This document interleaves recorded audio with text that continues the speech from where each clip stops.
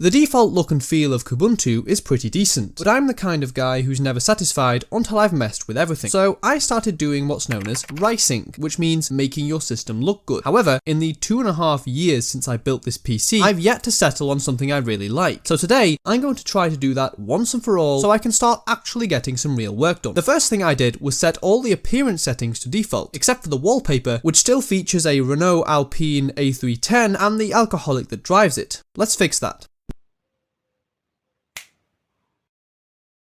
Then I came up with a list of what I want my new desktop to look like. The first item is the icon pack. Notice how for each item there's a list of criteria it has to meet. My icon pack needs to look modern and unique, but also friendly enough and quite extensive, because there's nothing worse than an icon pack with gaps. It also needs to not look ridiculously dissimilar to Breeze, KDE's default icon pack, so that if there is a gap, it won't bother me too much. After looking around for a bit, I found Papyrus. It meets all of my conditions, with the exception of being a little on the flat side, but I like it overall, so I let that one slide. Let's download, extract and copy the files to the right place. You'll need to tick Show Hidden Files in this hamburger menu, then we can apply in Settings.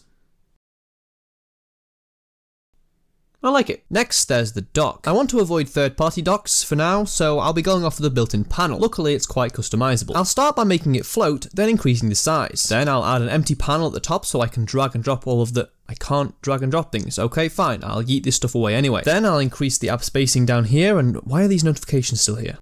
Now, since I want my app centered, I'll just add some spaces like this, and it's shifting left. There we go. Now I'll set the maximum width. Seems like the spaces were a waste of time. To deal with the failed top bar, I'll just nuke it and start over. Let's add the Capel menu, then the system tray, a clock, and finally the show desktop button.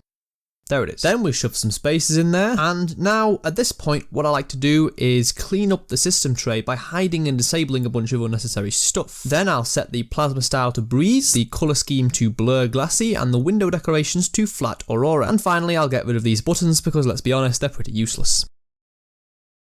All of the themes and stuff can be found by clicking this type of button in the appearance settings. The final item on my list is the wallpaper. I want something that's vivid and aesthetically pleasing. As a bonus, it should look good on thumbnails. I found these 6 wallpapers by searching flat landscape on peakpx.com, not sponsored. I'll go with this one for now. And that's basically it. After a few tweaks and finishing touches, here's before and here's after. There is of course way more to Linux ricing than just KDE, but that's a topic for another video. If you think I missed something, leave it down in the comments and make sure to subscribe. I'm definitely not a lizard, and I know your IP address.